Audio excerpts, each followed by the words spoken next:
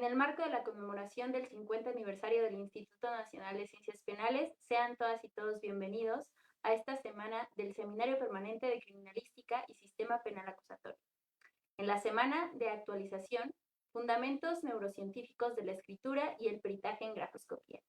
Antes de comenzar, les recordamos que de estar interesados en una constancia, deberán comunicarse al correo econtinua@inacipe.pgr.org.mx y en el área de educación continua les podrán brindar la información correspondiente. En esta cuarta sesión tendremos el honor de escuchar al licenciado David Rodrigo Sánchez Espinosa, quien nos hablará sobre el tema Circuito del putamen, importancia en el control del trazado. Para presentar a nuestro ponente el día de hoy, el doctor Eliseo Lázaro Ruiz, miembro del claustro de investigadores del INACIPE y coordinador de este seminario, nos compartirá una breve presentación. Adelante, doctor. Gracias, maestra Dafne, por la presentación. Buenas tardes a todos y a todas. Para continuar las actividades de este seminario permanente, me permito presentar a ustedes al licenciado y especialista David Rodrigo Sánchez Espinosa. Él, de formación profesional, es licenciado en Criminología, Criminalística y Técnicas Periciales. Tiene una especialidad en grafoscopía, dactiloscopía y documentoscopía, pero también tiene una segunda especialidad en documentoscopía que la cursó en la Universidad de Salamanca en España y lo complementan a su formación cursos, talleres, seminarios, diplomados, entre otros. El licenciado Sánchez Espinosa tiene una experiencia pericial amplia de campo que lo caracteriza en la discusión científica que hoy va a realizar. Él ha sido perito del Tribunal Superior de Justicia del Estado de Oaxaca, del Tribunal Federal de Justicia Administrativa, del Instituto Federal de la Defensoría Pública y también de despachos y consultorías privadas como Laboratorio de Criminalística Documental y Consultoría Estratégica. El especialista Sánchez Espinosa también cuenta con experiencia docente, miembro de sociedades científicas y académicas, ha disertado diversas ponencias especializadas y también cuenta con publicaciones escritas en el tema que va a comentar. Antes de darte la palabra, maestro, quiero comentarte algunos puntos. Las neurociencias comenzaron a destacar de manera significativa hacia los años 70 y un poco antes, en los 60. Las neurociencias engloban diversas disciplinas como la neurofisiología, la neuroquímica, la neuroanatomía y hoy en día el análisis grafoscópico y propio de la criminalística. La grafoscopía comenzó a desarrollarse a finales del siglo XIX y XX. Y te comento estos datos bastante interesantes porque yo observo un dato aquí en tu semblanza curricular, que tú has manejado el análisis morfológico tradicional, pero has manejado y manejas de manera muy importante la neurofisiología del grafismo, un tema que coincido contigo cuando dices que es un proceso neurobiológico más complejo y seguramente es un tema que fundamenta los dictámenes periciales actualmente y que le dan una nueva visión y un nuevo paradigma a la grafoscopía. Por eso, al igual que los ponentes que han estado con nosotros, te agradecemos tu presencia y te damos la bienvenida al Instituto Nacional de Ciencias Penales. Te dejo en el uso de la voz para tu conferencia. Gracias, doctor Eliseo. Primero, agradecer al instituto, a usted, doctor Eliseo, a su equipo de colaboradores por distinguirme con la invitación en esta semana de actualización. Y también, desde luego, agradecer al foro por el interés en estos temas.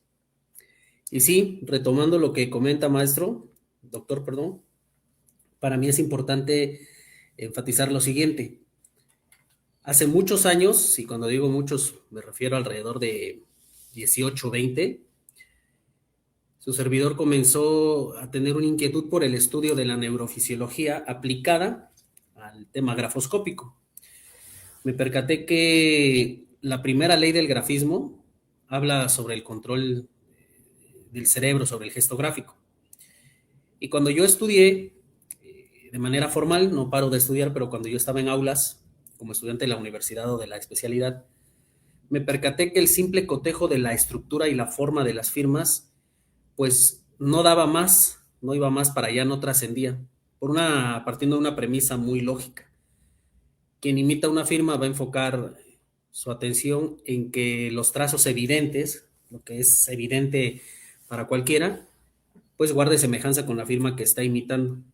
Y en caso contrario es una persona que firma un documento con la intención de negar haberlo firmado, pues va a cambiar estos aspectos evidentes. En ese sentido, yo entendí que tendríamos que entrar a un estudio más profuso y profundo. Y me empecé a acercar a doctores, primero médicos generales, posteriormente a una neuróloga y neurofisióloga que en su momento pues me empezó a adentrar en este mundo.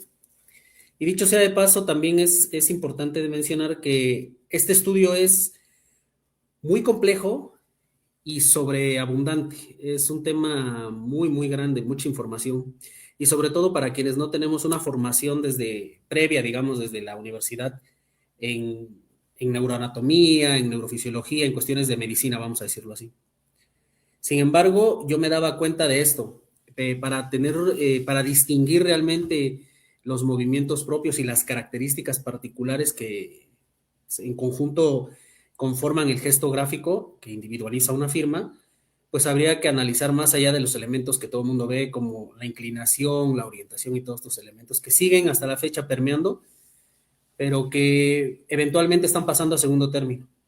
Y entonces agradezco mucho el foro, porque es una manera de incentivar a los colegas que aún no profundizan en estos temas, o aún no se acercan, y también para que los detractores, porque hay que decirlo, hay muchas personas que mencionan que esto no es aplicable en los juicios, o en el estudio, más que en los juicios, en el estudio, pues vayan teniendo una perspectiva un poco más amplia. Y en ese sentido, pues agradecer, y si me permiten, pues entramos en materia. No sé si me pueden ayudar compartiendo la presentación, por favor. Por ahí me indican si ya se está viendo.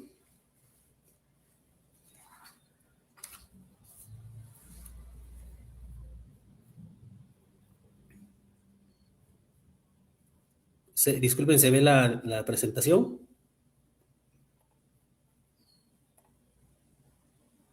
Bueno, voy a asumir que sí.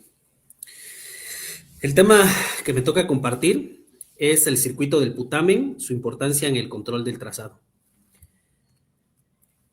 Seleccioné un par de citas para contextualizar el tema, aterrizado a la cuestión grafoscópica. Y bueno, la primera dice: la teoría del control motor se basa en principios neurobiológicos.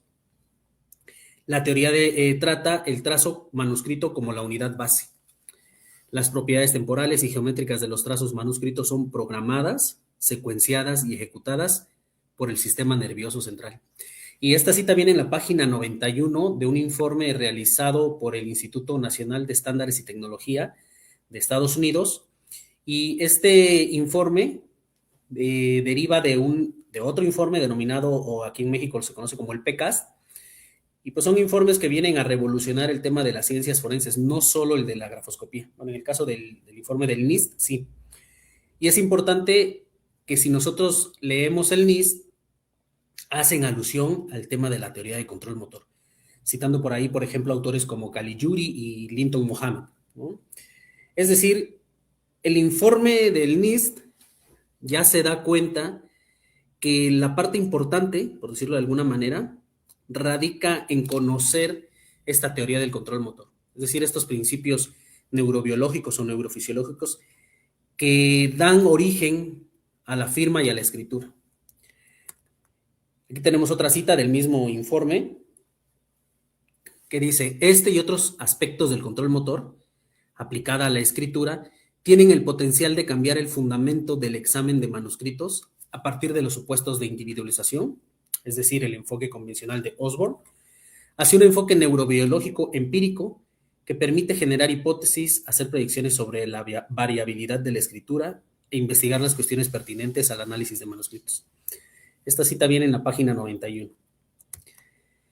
Bueno, Para entender un poco lo del circuito del putamen, que no es más que un fluir de neurotransmisores entre estructuras subcorticales, estructuras nerviosas subcorticales, ahorita ya les voy a explicar qué es subcortical, debajo de la corteza, hay que tener en cuenta algunos conceptos previos.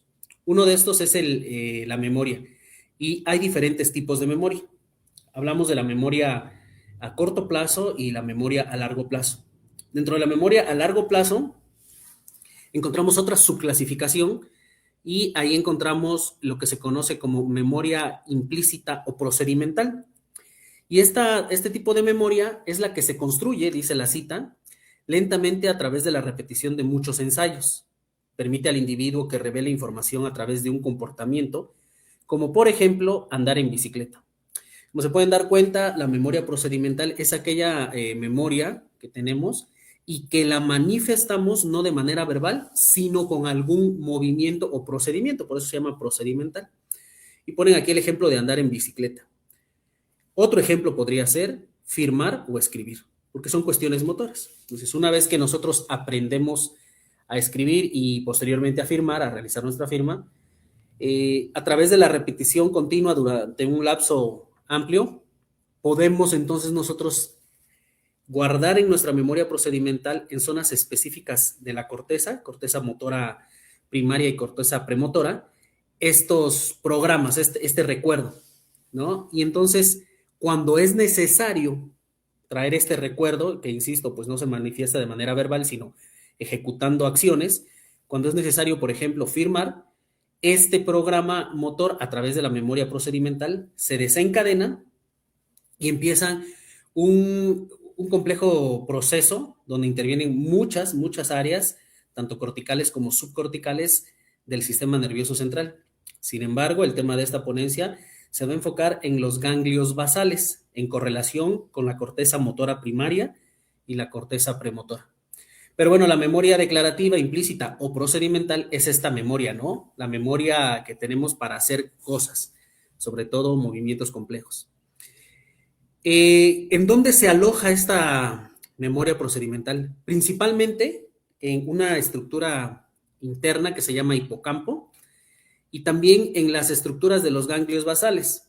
Los ganglios basales o núcleos basales, dependiendo la bibliografía en neurofisiología o neuroanatomía que se analice, traen distintos nombres, pero hacen alusión a lo mismo, a un conjunto de cuerpos, ¿no? De células.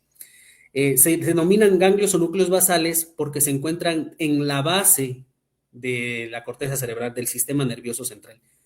Más adelante vamos a ver unas imágenes para que se pueda comprender de manera un poco pues, básica en dónde están alojadas estas estructuras denominadas ganglios basales. Y otra estructura fundamental para la memoria procedimental, donde se guarda la memoria procedimental, es el cerebelo.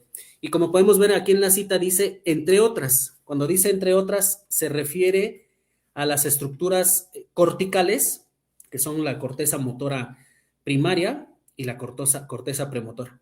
También es importante comentar en esta parte que la bibliografía en neurofisiología y neuroanatomía, sobre todo neurofisiológica, muchas veces va evolucionando de manera muy rápida.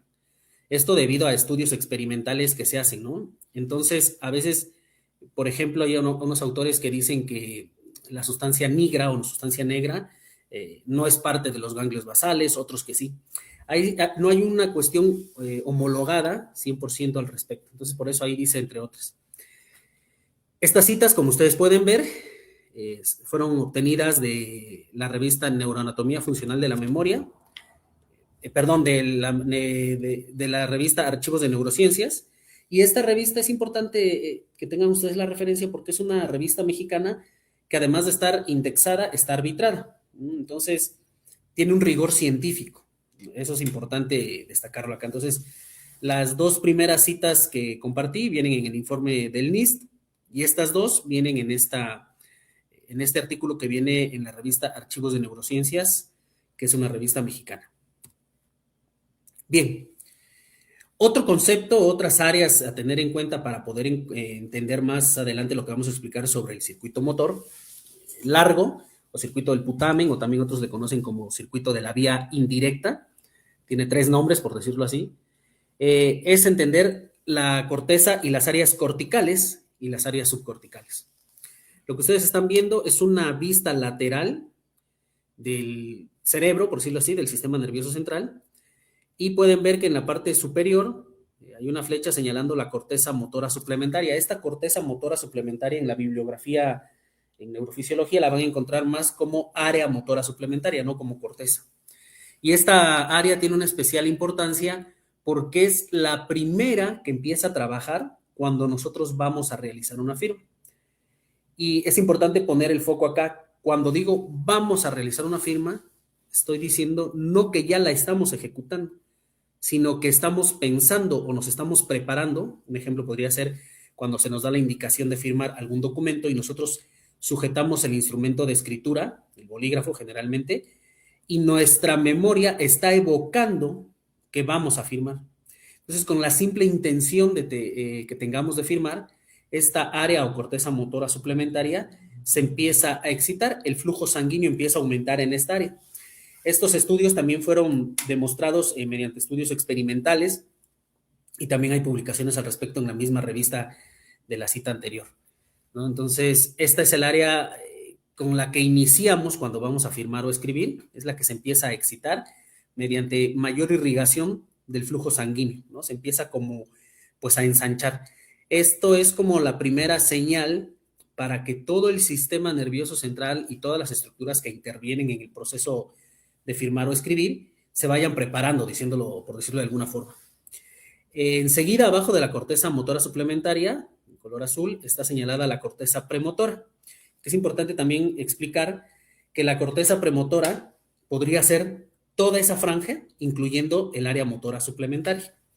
Sin embargo, primero estaba identificada toda la corteza premotora y después se dieron cuenta que la parte superior y que se sigue hacia la parte medial, que es la parte de en medio del sistema nervioso, ¿no? Digamos, de los hemisferios, se encontraba con esta área motora suplementaria que era como de una cuestión muy específica para los movimientos. Entonces decidieron posteriormente subdividir la corteza premotora. Es decir, la corteza premotora se divide en la parte superior, en el área motora suplementaria, y en la parte inferior, en la corteza premotora.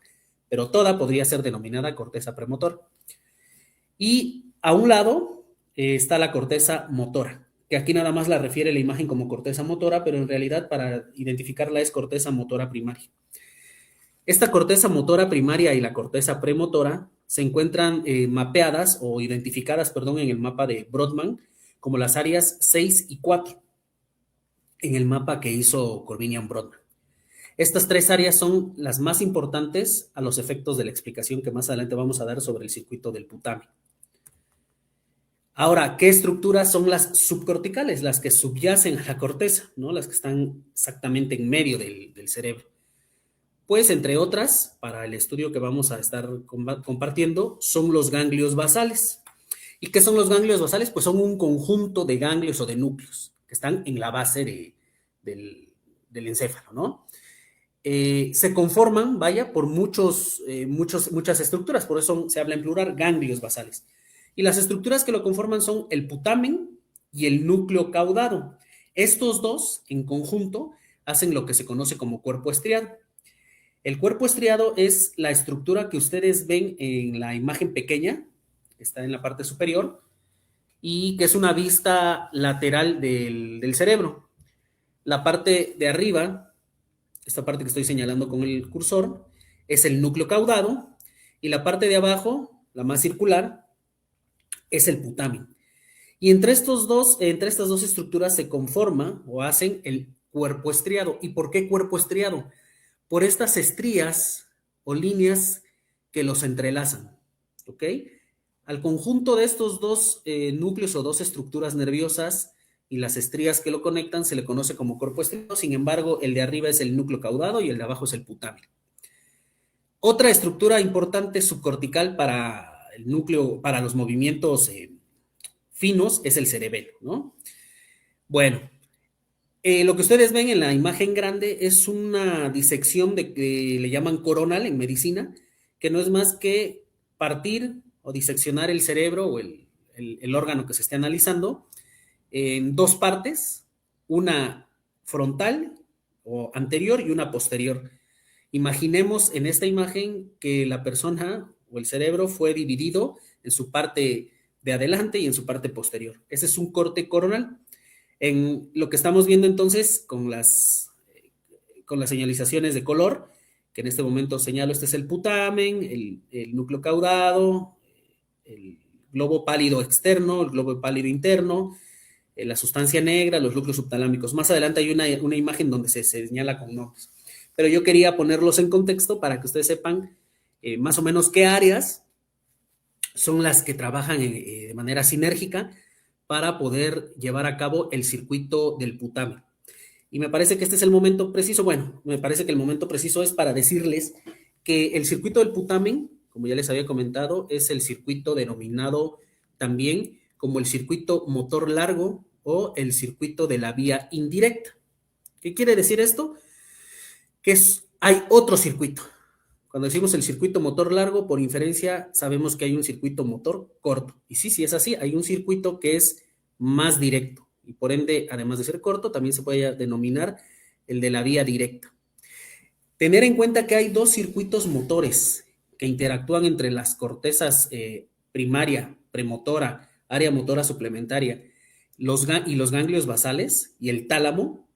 Tener en cuenta que son dos es fundamental en grafoscopía, porque nosotros tenemos que entender que uno es el que genera los movimientos que vamos a realizar y el otro, que es el circuito del putamen, es el que se encarga de inhibir movimientos innecesarios.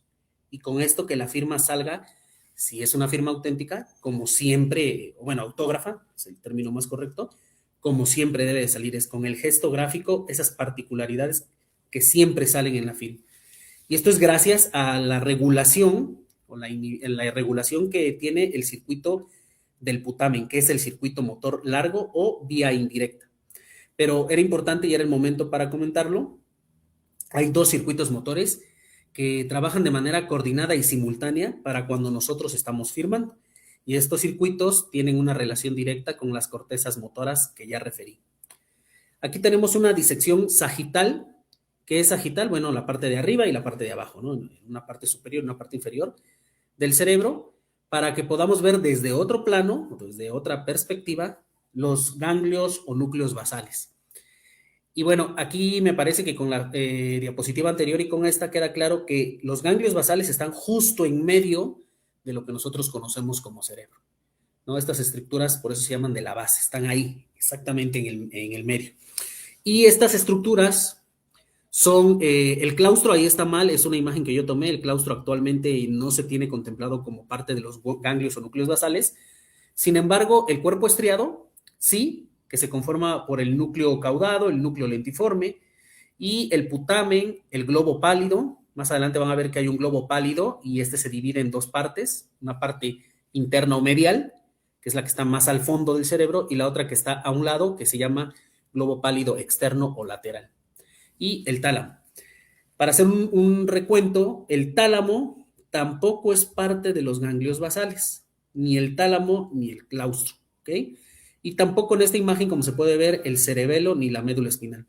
No obstante, quise compartir con ustedes esta imagen, sobre todo para que tengamos pues ya la referencia de exactamente en dónde están estos núcleos basales, ¿no? Tanto con la imagen anterior, que es esta, como con la siguiente, que es esta, ya tenemos una idea en dónde están estos ganglios basales ubicados.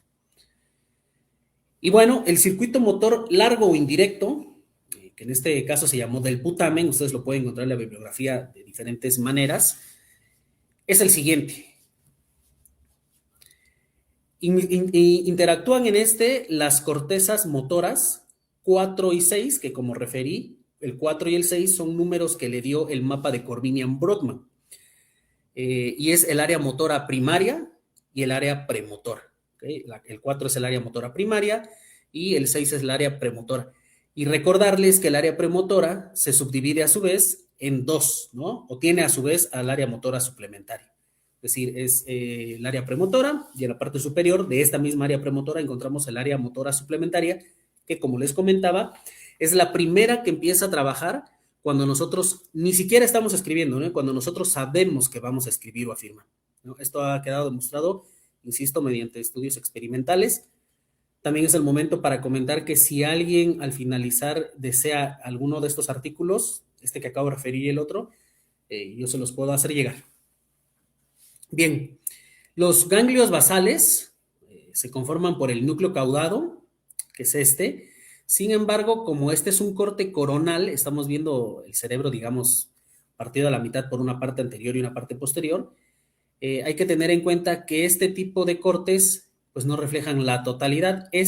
Digamos, el núcleo caudado es la cabeza, así se le llama, del núcleo caudado, y pasa por atrás.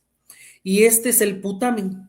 Y entre estos dos, como recordarán, en la parte de la imagen del ángulo izquierdo, superior izquierdo, podemos ver que estos son estos dos cuerpos, que están unidos por unas estrías. Entonces, el núcleo caudado y el putamen se conforman, ellos conforman o constituyen el cuerpo estriado. Y luego ustedes pueden ver que dice segmento externo, señalando a la estructura de en medio de estas tres, y otro que dice segmento interno. Pues tanto el interno como el externo, ambos, los dos, conforman algo que se llama globo pálido. Y en la literatura ustedes van a encontrar esto como globo pálido medial o interno, que es el segmento interno, aquí está mal, y el globo pálido externo o segmento externo. Insisto, estas dos estructuras en su conjunto hacen el globo pálido. Esta estructura que se denomina putamen, en conjunto con el núcleo caudado, hacen el cuerpo estriado por medio de las estrías que aquí no se ven por el corte que es, pero aquí las estamos refiriendo en esta imagen de la izquierda. Y luego señalamos el núcleo subtalámico. ¿Por qué subtalámico? Porque está debajo del tálamo. El tálamo son estas estructuras que están en la parte de en medio también del cerebro. Debajo del núcleo subtalámico está esta estructura que no le pusimos nombre, pero se llama sustancia negra. Y la sustancia negra, aunque es parte de los ganglios basales, no interactúa de forma directa en el núcleo del putamen en el ir y venir de neurotransmisores, ¿no? La sustancia negra es parte de los ganglios basales, pero no interviene en este circuito, que es donde están ustedes viendo las flechas y que a continuación explicaré, y el cual es el circuito motor largo o circuito del putamen. ¿Qué sucede? Cuando nosotros tenemos la intención de firmar, como les comentaba, se empieza a excitar el área motora suplementaria, que es la parte superior de la corteza premotora. Y empieza de alguna manera a decir, bueno, que todos se organicen, empieza a alertar al sistema nervioso y a las estructuras implicadas para que se preparen porque sobreviene un proceso de movimientos finos, ¿no? De motricidad fina, lo que nosotros conocemos como firmar o escribir. Bien, dentro del área motora suplementaria, el área premotora o corteza premotora y la corteza motora primaria, que están en la parte superior o externa de la corteza y por eso son áreas corticales, que ya vimos en una diapositiva al inicio, es ahí donde está guardada donde se encuentran guardados los programas motores que se obtuvieron mediante la memoria procedimental. Por eso es que para mí era importante iniciar explicando de manera muy rápida, muy sucinta, qué es la memoria procedimental. Ahora ustedes ya saben que la memoria procedimental, que no es igual que la memoria de trabajo, por ejemplo, la memoria de trabajo es una memoria que tenemos a corto plazo, en el instante, y la memoria procedimental es una memoria que está englobada dentro de la memoria a largo plazo. Y la memoria procedimental, como les comentaba, es esta que hacemos ejecutando acciones, ¿no? En el caso de los peritos en grafoscopía o lo que nos atañe, pues es realizando nuestra firma o nuestra escritura. Entonces, la memoria procedimental está almacenada en las cortezas motoras, premotora y motora primaria, que son en el mapa de Brodmann 4 y 6. Cuando nosotros decidimos de manera consciente que vamos a firmar un documento, estas áreas envían una señal neuroquímica que sale de estas estructuras mediante, desde luego, neuronas, un cableado de neuronas, y descienden, y aquí es donde inicia el circuito. ¿Y por qué circuito? Porque donde inicia, termina. Inicia en el área 4 y 6, o área motora primaria y área premotora, enviando una señal mediante neurotransmisores, principalmente el neurotransmisor que desciende es un neurotransmisor que se llama GABA. Es muy largo el nombre, se abrevia GABA, es GABA aminobutírico, no recuerdo bien ahorita, pero bueno, es más conocido como el GABA. Y el GABA es conocido por ser un neurotransmisor excitatorio. Dentro del sistema nervioso central existen neurotransmisores excitatorios e inhibitorios. Asimismo, también, por ejemplo, la dopamina es un neurotransmisor modulador. Y bueno, esto es muy amplio de explicar y ya son temas de neuroquímica, pero sí es preciso que ustedes tengan en el radar que la señal que se envía en las partes corticales o las cortezas motora primaria y premotora hacia el putamen, que es lo que voy a explicar enseguida, es mediante una señal que lleva GABA por medio de neuronas, de un cableado de neuronas. Bien, pues esta señal sale de la parte cortical y desciende a la parte interna del cerebro, en donde están los ganglios basales. Y ustedes pues ya saben ahora, y de hecho lo están viendo en el lado contrario, que la primera estructura nerviosa subcortical que forma parte de los ganglios basales, a la cual llega esta señal con neurotransmisor GABA, es el putamen. Y una vez que esta señal esta señal llega al putamen, el putamen lo pasa a la parte externa o lateral del globo pálido. Recordemos que les explicaba que el globo pálido está conformado por dos estructuras. Una parte lateral, una estructura lateral, y una parte interna o media. Bien, después de ingresar al putamen, la señal se pasa al globo pálido lateral y en lugar de pasarla al globo pálido medial o interno, lo pasa a una estructura muy pequeñita que se llama núcleo subtalámico. Subtalámico ya dije porque está debajo del tálamo. Y una vez que esta estructura recibe la señal, la regresa ahora al globo pálido medial. ¿Ok? Y del globo pálido medial, esta estructura envía señales al tálamo para que el tálamo regrese nuevamente las señales a la corteza 6 y 4, según Corbinian-Brodmann en su mapa, pero ya saben ustedes que son las áreas motoras, para que esa información se quede ahí esperando un momento para cuando le llegue la información del otro circuito, que es un circuito denominado corto o directo, que es el que hace que se ejecute el movimiento. Pero ahorita van a ver cómo es importante este circuito, porque como instantes anteriores dije, este circuito es el que modula el movimiento y elimina aquellos, le llaman la literatura movimientos parásitos, ¿no? Movimientos que no necesitamos. Y el otro circuito, el circuito motor corto o directo, es el que hace que nosotros realicemos los movimientos que sí necesitamos, no los que son parásitos o innecesarios. Y aquí es importante reiterar el trabajo simultáneo del circuito que acabamos de explicar, el recorrido que acabamos de decir, y el circuito del motor corto, que es corto porque pasa por menos estructuras, tienen que trabajar y coordinarse para que una firma o una escritura salga, por decirlo de alguna forma, limpia, que una firma tenga las características que siempre ha tenido de acuerdo a la memoria procedimental y el programa motor que está instalado en las estructuras de las cortezas motoras. En sí, este circuito, ir y venir, estas flechitas que ven ustedes ahí, es el recorrido del circuito motor del putamen o circuito motor largo. ¿Y por qué se conoce como circuito del putamen? También, además del largo, porque la vía por donde entra la información inicialmente a los ganglios basales es el putamen. Y aquí vamos a hacer un pequeño resumen. Los ganglios basales se conforman de todas las estructuras que están ustedes viendo acá y que llevan nombre. Y también, aunado a estas, de las dos estructuras pequeñas que están en color oscuro, que son las que se señalan aquí como, o las que se refieren como sustancia negra. En su conjunto, todas estas estructuras hacen los ganglios basales. Sin embargo, en el circuito que estamos explicando, que es el circuito del putamen, no pasa por la sustancia negra. Esto no quiere decir que la sustancia negra no forme parte de los ganglios basales.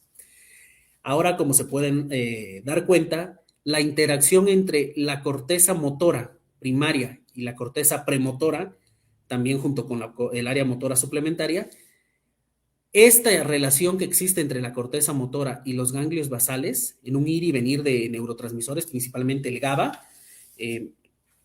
hace que nosotros podamos inhibir movimientos basura, movimientos que no van a abonar nada en nuestra firma, por ejemplo, ¿no?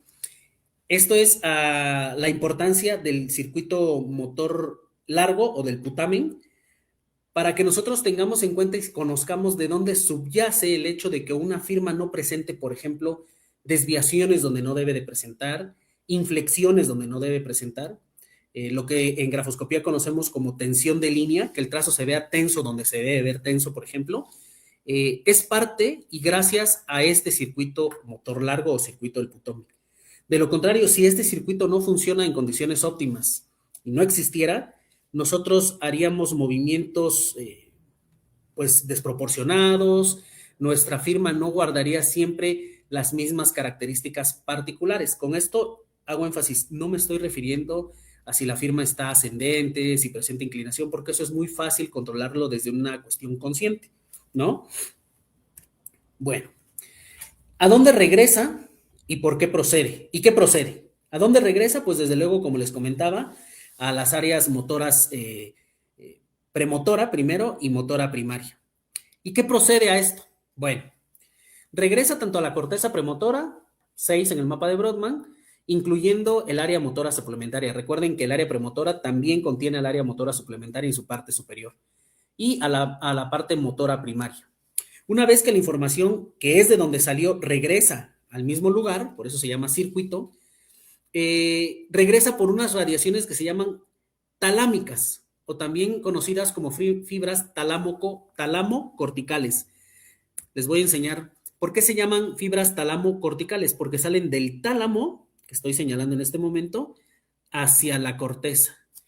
Este espacio entre la cabeza del núcleo caudado y los ganglios basales, o parte de los ganglios basales como el putamen y el globo pálido, aquí hay un espacio y dice la literatura que es como una autopista por donde pasan las fibras o el cableado. Bien, pues estas fibras tálamo, que nacen de aquí, corticales, pasan por este espacio que neurofisiológicamente es conocido como la cápsula interna. Entonces, una vez que sale y es filtrada toda la información por los ganglios basales, llega al tálamo y regresa a la corteza por medio de la cápsula interna, pasando por la cápsula interna y por un fascículo. ¿Qué es un fascículo? Es un conjunto de neuronas con una información similar. Es lo mismo más o menos que un tracto, que más adelante voy a explicar qué es un tracto para efectos de esta ponencia y para efectos de la pericial en grafoscopía. Es importante conocer lo que es el tracto córtico-espinal, que más adelante vamos a observar. Bueno, por último, toda la información, es decir, la información que se recogió en este circuito, porque dicho sea de paso, los circuitos, los neurotransmisores que van pasando, van llevando información que es filtrada y depurada dentro de los ganglios basales, dentro del putamen, el globo pálido externo, el núcleo subtalámico, el globo pálido interno, y esta información, por último, llega al tálamo. Y en el tálamo nuevamente es filtrada para regresar a la corteza motora por medio de las vías tálamo-corticales y que pasan por la cápsula interna. Pero esta información ya va depurada. Es decir, me mandas una orden, yo la depuro y te la regreso para que la guardes ahí unos instantes y esperes a que llegue la otra información del circuito corto. Y una vez con estas dos informaciones que llegan a la corteza premotora, pasan por otro cableado a la corteza motora primaria.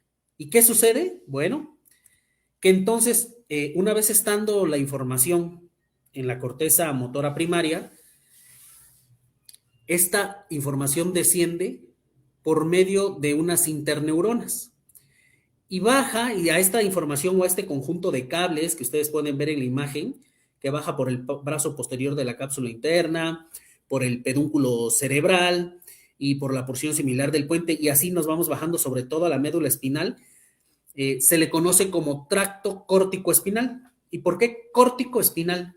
porque va de la parte superior, es decir, de la corteza, hacia la médula espinal, para que en una parte especial de la médula espinal, la información que nace de un hemisferio del cerebro, del izquierdo o del derecho, según sea, va a decusarse, es decir, va a cambiarse el cableado y va a inervar los músculos de la parte contraria. Por eso muchos han escuchado la expresión de que si escribimos con la derecha o somos diestros, nuestro proceso neurofisiológico o las órdenes de escribir nacieron y se gestaron en el hemisferio izquierdo.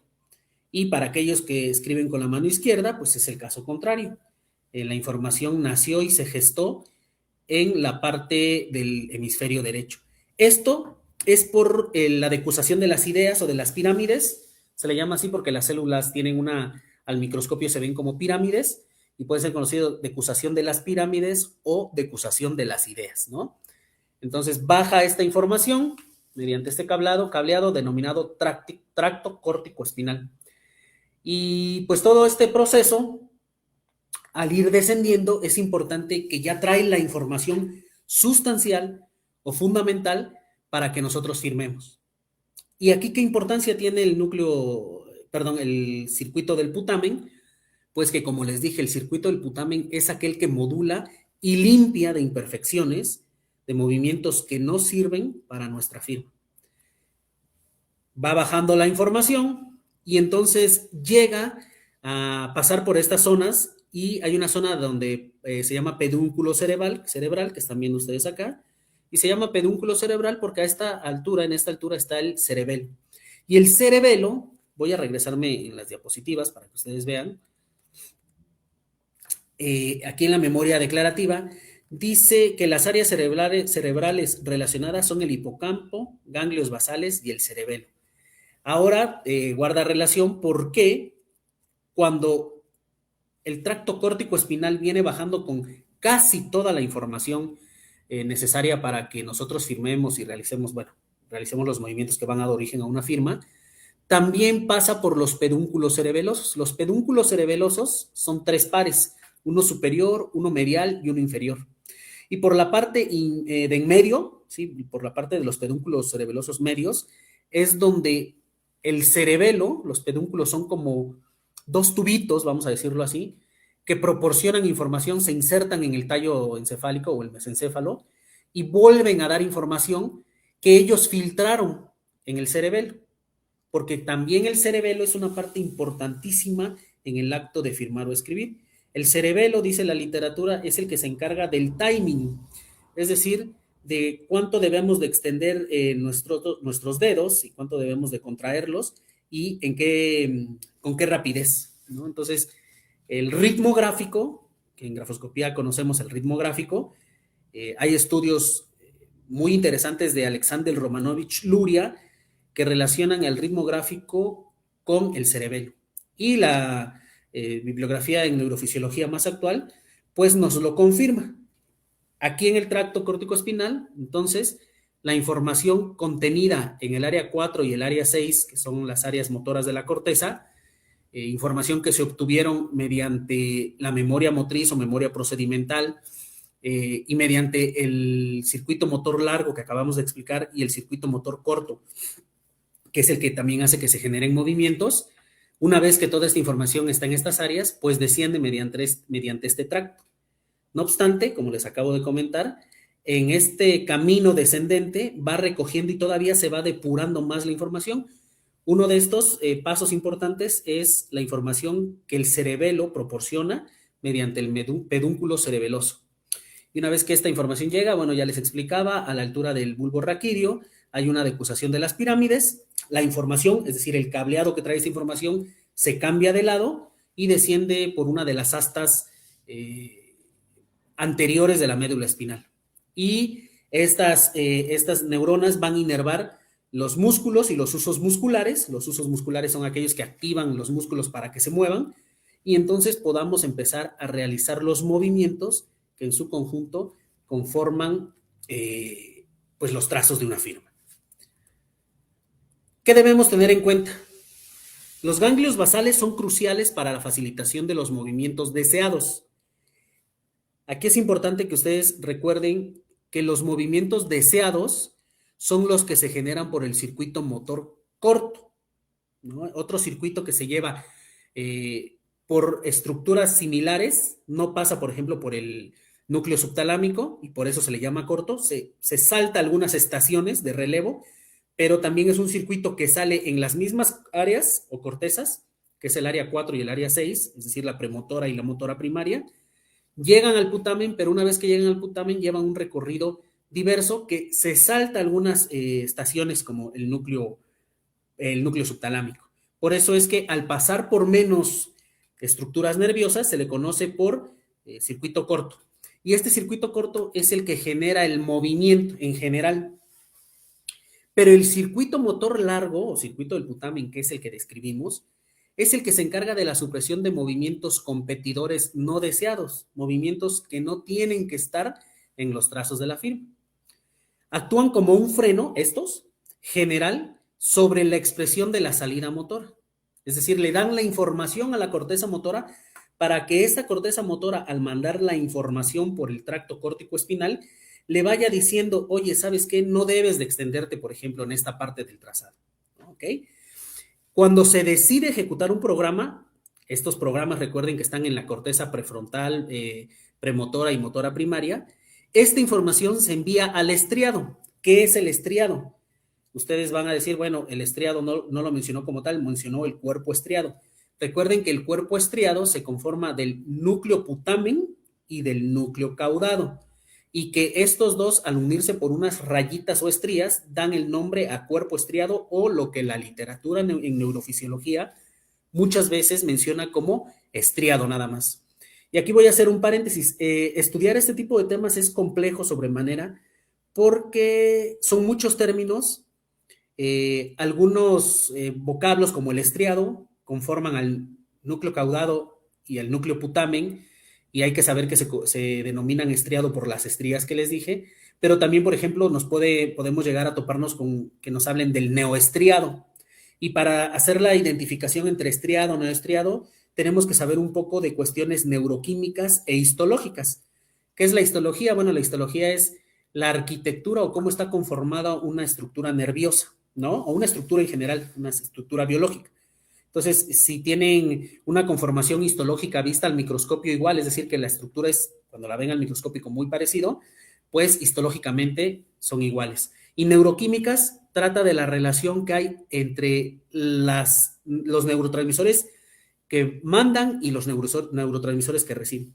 Entonces, es bastante complejo explicar esto, porque cuando tú te adentras en este tipo de estudios, pues la verdad que, al menos en mi opinión, 18, 19 años son insuficientes para conocer a profundidad todo esto. Sin embargo, lo que les acabo de comentar, desde mi perspectiva, es algo fundamental para nosotros.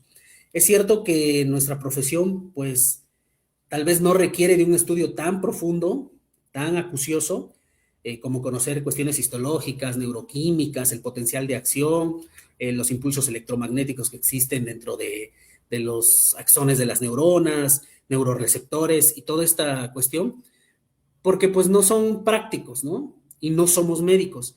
Sin embargo, las cuestiones fundamentales como los circuitos motores, tanto el corto como el largo, y qué estructuras nerviosas, tanto corticales como subcorticales, son imprescindibles para la realización de los movimientos que en su conjunto conforman los trazos de una firma, me parece que es un tema de especial trascendencia.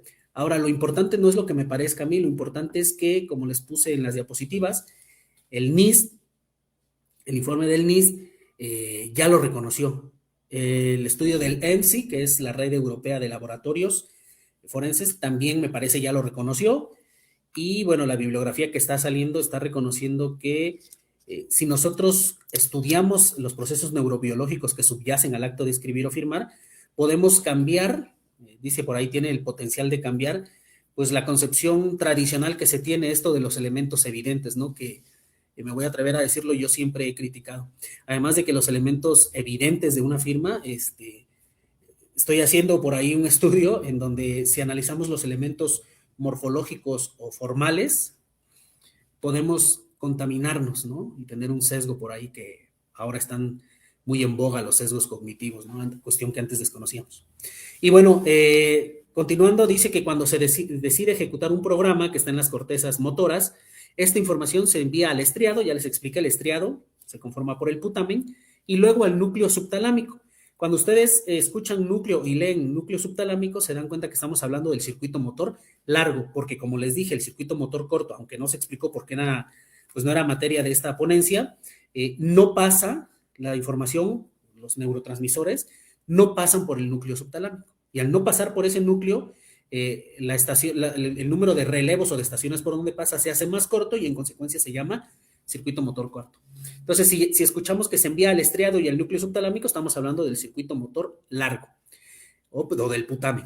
La activación de la vía directa, que es el circuito corto, lleva a una desinhibición del sistema tálamo cortical para el movimiento deseado, mientras que la excitación cortical paralela del núcleo subtalámico, es decir, la paralela, porque recuerden que estos dos circuitos trabajan de manera simultánea, y la del núcleo subtalámico es la del putamen o de la vía larga, aumenta la actividad de las neuronas de salida no relacionadas, suprimiendo salidas potencialmente competidoras, es decir, competidoras o movimientos basura, no los saques, corteza motora, reprímelos acá. Esa es la principal función para efectos de movimiento, obviamente, y de escritura y firma del circuito motor largo. Entonces,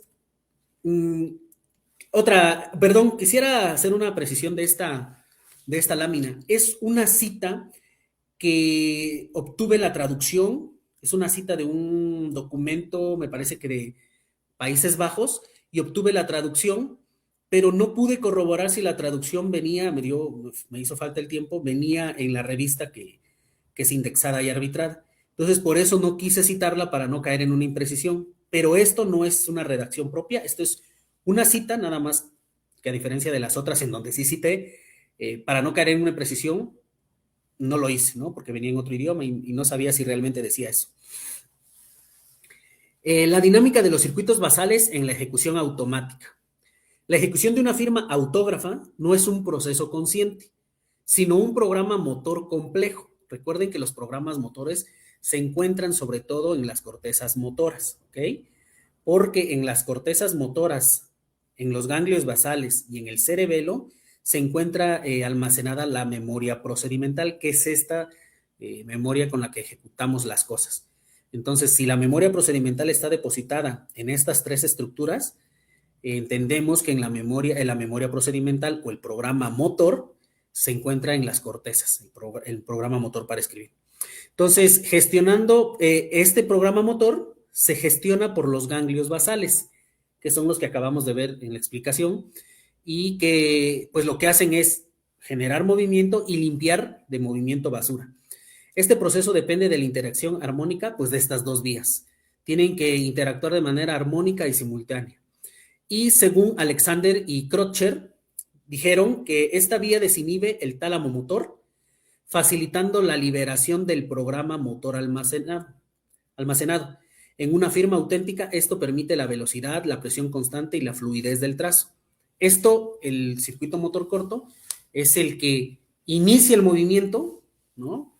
La corteza motora manda un neurotransmisor, el GABA, y empieza a pasar por cada una de las estaciones de relevo de los ganglios basales. Recuerden que en el circuito motor corto no pasa por el núcleo subtalámico y al prescindir de esto, pues se vuelve más corto que el largo. Y cuando esta información regresa a la corteza, le lleva la información de qué tipo de velocidad, con qué presión, en qué parte de qué trazos va a llevar más presión, y bueno, que la firma se vea como siempre se debe de ver, digamos, con estos ideografismos. Pero la importancia del circuito del putamen o del motor largo, de acuerdo con Dillon, es que esta vía actúa como un modulador que inhibe los movimientos que compiten con los movimientos naturales, vamos. Entonces, la función es mantener la precisión del trazo, evitando desviaciones involuntarias. Con esto podemos percatarnos la importancia del circuito motor largo o circuito del putamen, que no es más que mantener la precisión del trazo, evitando desviaciones involuntarias. Me parece que ya estoy en el tiempo. Y bueno, voy a terminar con esta. ¿Qué neurotransmisores fluyen? Principalmente es el glutamato, perdón por ahí, con esto hago la precisión, no es el GABA, es el glutamato, el excitatorio, el que inicia todo este movimiento, es decir, el neurotransmisor que sale de las cortezas motoras y baja hacia el putamen, y ya de ahí, pues todos los pasos que dijimos, ¿no? Es importante, o para mí yo consideré importante, que especificar que un neurotransmisor que sea excitatorio no significa que genere movimiento. ¿Y por qué quise poner esta aclaración? Porque yo anteriormente, cuando me inicié en este estudio, cuando empecé a leer de neurotransmisores excitatorios, inhibitorios y los que modulan, asocié el neurotransmisor excitatorio con un movimiento. Y por más de 3, 4 años estuve errado hasta que un neurofisiólogo me sacó del error. Y quise compartir con ustedes esto para que ustedes, si les interesa el tema y más adelante se empiezan a adentrar en esto, o quienes ya están adentrados y quizá tienen la misma confusión, en este momento se aclare. Que un neurotransmisor sea excitatorio significa que aumenta la probabilidad de que la neurona que recibe la señal, que es la prosináptica, dispare un impulso eléctrico. Y aquí como mayúsculas le puse. Pero puede ser para varias cosas. Es decir, este impulso eléctrico puede generar que se transmita un neurotransmisor a otro, pero eso no implica que solamente sea para mover. Puede ser que este proceso del impulso eléctrico mediante un potencial de acción que dispara un neurotransmisor que se va hacia otra neurona, sea para inhibir el movimiento. Entonces quería compartirlo con ustedes. ¿Qué otro neurotransmisor fluye dentro de todo este circuito? Pues el ácido gamma aminobutírico, que es el GABA, por eso les decía que es un nombre extenso.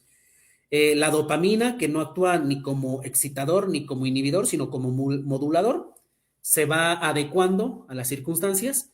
Y también era importante ponerles que en el contexto de la enfermedad de Parkinson, el neurotransmisor que hace falta de manera crítica es la dopamina. Y la dopamina genera melanina.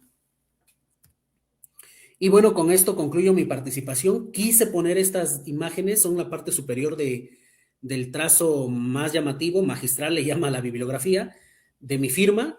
Y no sé si por ahí alguno de ustedes puede identificar algo, además de la trackmark, además de que una es con tinta gel y otra con tinta fluida, además de lo que siempre nos han dicho en la escuela de el inicio en gancho y todo esto que se ve.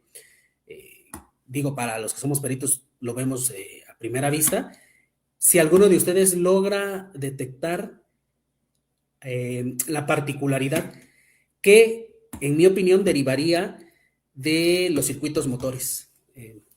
Por mi parte es todo. Gracias. Gracias, maestro, por tu disertación muy interesante, esta explicación que nos das de la relación de la neuroanatomía con el proceso grafoscópico. Y hay varias preguntas que el público ha formulado y vamos a comenzar una que está muy vinculada con lo que tú acabas de comentar. Nos dice, ¿este sistema del putamen se puede ver afectado por medicamentos o traumatismos?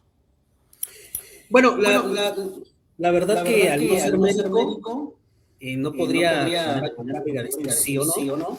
Sin embargo, por una inferencia lógica, sí, dependiendo qué químico tenga ese fármaco y cómo incida en los neurotransmisores, ¿no?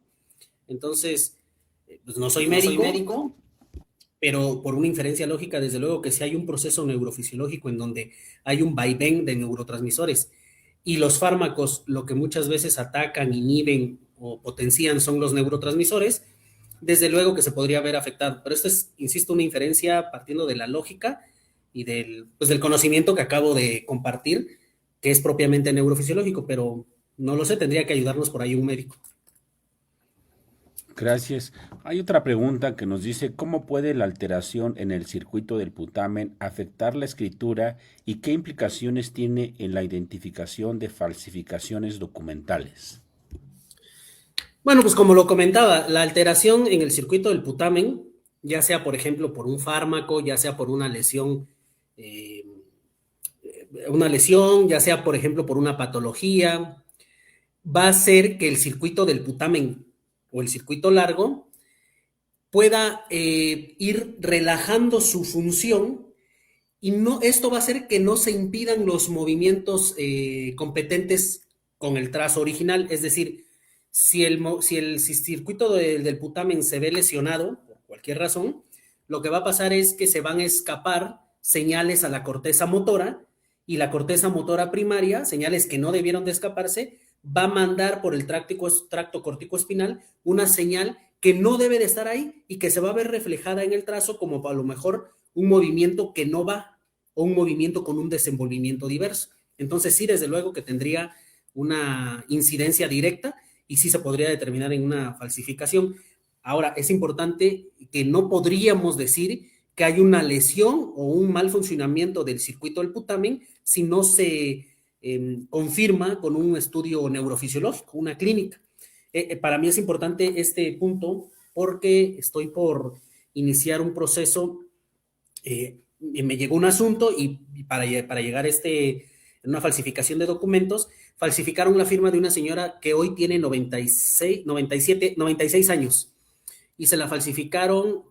Supuestamente firmó hace casi 2 años la señora, pero la firma se ve con un trazo limpio, ¿no? Entonces, ¿por qué digo esto? Porque yo le sugerí a los abogados que no va a ser suficiente con mi participación en grafoscopía, sino que tienen que hacerse llegar de un neurofisiólogo y preferentemente una persona que además de neurofisióloga sea neuróloga, porque también hay que correlacionarlo con la clínica, ¿no? Que es más la neurología clínica y la neurofisiología, ¿no? La neurofisiología estudia los procesos que se dan dentro de las estructuras nerviosas del sistema, del cerebro, el sistema nervioso, valga la expresión, pero también hay que saber la visión clínica, que es de un neurólogo. Entonces, para abordar estos temas, tienes que contar con un perito en grafoscopía y también estar asesorado de los expertos en medicina. Gracias por tu respuesta. Como tú sabes, hay diversas posturas en la misma comunidad de la grafoscopía y hay quienes argumentan que esta discusión en las bases neurocientíficas, aparte de no ser aplicable, puede tener algunas inconsistencias. ¿Cuál serían los argumentos que los detractores tienen en relación a este punto? ¿Y por qué deben los grafoscopistas actuales o modernos sí interesarse en estos temas? Interesante pregunta y qué bueno que la formule, doctor, porque yo quería abordar este tema, nada más que vi que ya se está acabando el tiempo, pero qué bueno que lo hace. Tuve la oportunidad, estuve muy atareado, pero ayer me di a la tarea de ver la participación del doctor Pavel, la cual me parece que sin habernos puesto de acuerdo salió perfecto porque él dio como las bases generales y habló, por ahí tocó los ganglios basales y habló de las cortezas, de los lóbulos, y creo que con lo que él explicó, pues queda más claro lo que hoy tuve oportunidad de compartir. Pero me llamó mucho la atención una de las preguntas que le hicieron y que él dijo, no lo sé. Y es cierto que no lo sabemos porque me parece que esta es un área de oportunidad muy importante cuando el neurofisiólogo, el neurólogo o el neurocientífico, desde el área de interés o su enfoque, ¿no? Su objeto de estudio, aborda la neurofisiología o la neurología. Pero siempre va a quedar un vacío que ellos, por desconocimiento, porque no es, insisto, su área de especialización o su enfoque, que es la grafoscopía, no van a poder cubrir. Y nosotros los peritos en grafoscopía estamos en el extremo opuesto. Nosotros, al interesarnos por la firma, pero como bien lo decía el maestro Raymond Horta en una conferencia que dio desde el 2004 sobre neurociencias aplicadas a la pericia caligráfica, dijo, nosotros estamos siendo formados para analizar el efecto, mas no la causa. ¿Qué quiere decir? Que analizamos lo que vemos plasmado, pero si desconocemos los procesos que subyacen, vamos a seguir analizando estos temas con la corriente de siempre, con la corriente de la inclinación y de lo que todo el mundo ve. Entonces, ¿por qué digo esto? Porque los peritos en grafoscopía, al estar en este extremo y los neurocientíficos en estamos descuidando o no estamos abarcando una parte en donde hay que hacer el clic, la sinergia. Y me parece importantísimo que existan estos foros porque así eventualmente entre más estudiemos los peritos en grafoscopía esto, vamos a tener más elementos primero para plantear las preguntas correctas. Porque si tú le planteas una pregunta incorrecta a un neurocientífico, pues desde luego que no te va a poder responder, ¿no? Tiene que ver mucho cómo se plantean las preguntas. Y para poder plantear preguntas correctas, debemos, si no dominar el tema, por lo menos tener el bagaje fundamental. Y entonces, una vez que nosotros nos animemos a entrarle al estudio formal, crítico de la neurofisiología, podemos ir acortando esa gran distancia que hay entre nosotros y los neurofisiólogos y los neurocientíficos, y ellos se pueden ir acercando, y cuando hagamos ese puente y lo cerramos, cuando hagamos ese puente, pues me parece que el conocimiento va a ser exponencial. Gracias. Me gusta mucho este comentario que acabas de realizar sobre